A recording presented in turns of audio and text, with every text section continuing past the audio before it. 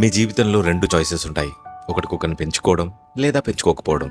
కుక్కని పెంచుకోకపోతే మీ ఇల్లు ఎప్పుడు శుభ్రంగా ఉంటుంది. మీ చెప్పులు పెట్టిన చోటే పెట్టినట్టే ఉంటాయి. వైర్లు వేలాడుతున్నా, డోర్లు గేట్లు తెరిచే ఉన్నా, చుట్టాలు స్నేహితులు రావాలనుకున్నా ఎలాంటి ప్రాబ్లం ఉండదు. లైఫ్ ఏ సర్ప్రైజెస్ లేకుండా కామ్గా ఉంటుంది.